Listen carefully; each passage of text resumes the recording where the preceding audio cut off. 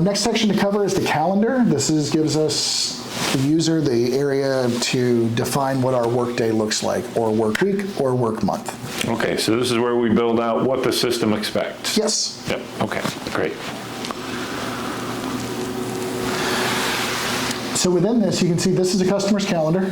So we're looking at a month, or excuse me, this is a week, pardon me.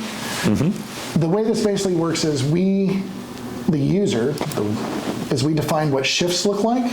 So starts at 0, so basically midnight, third runs from, for example, 11 to 6, 6 to 1400, and so on and so forth. The customer defines what their days look like. So Monday might always look like that. Tuesday, Wednesday might always look that. But for example, Saturday might look like a short shift, first and second. They use that to plug into the calendar. So then they know what their calendar weeks look like.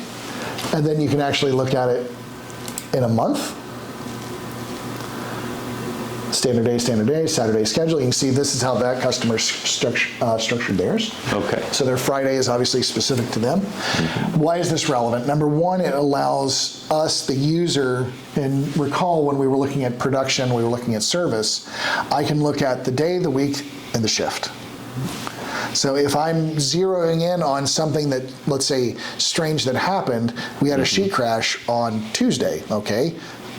On second shift on Tuesday, running this specific program.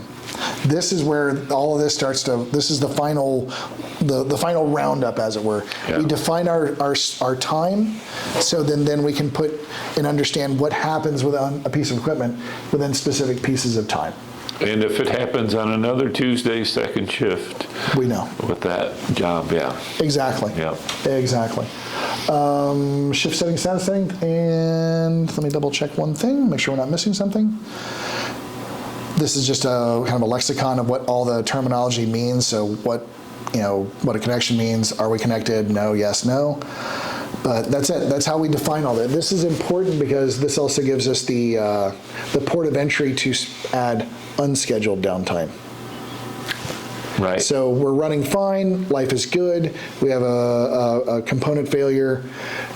Okay, we the user, we mark that time in our little pocketbook, we come back later, we add it in here, and then that plays nicely all the way back to the KPIs. Because then we know that we had planned this much time, but we had 3 hours of unplanned downtime. And the KPI section takes that into account.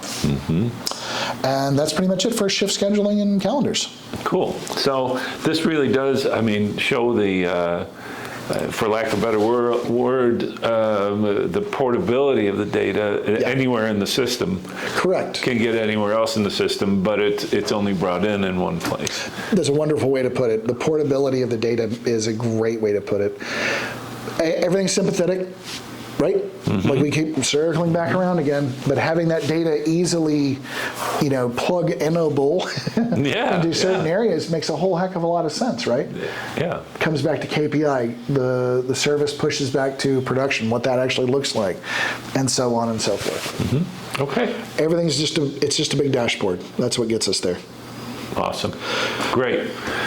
Phil, thank you so much for your help here. No problem. This has been great.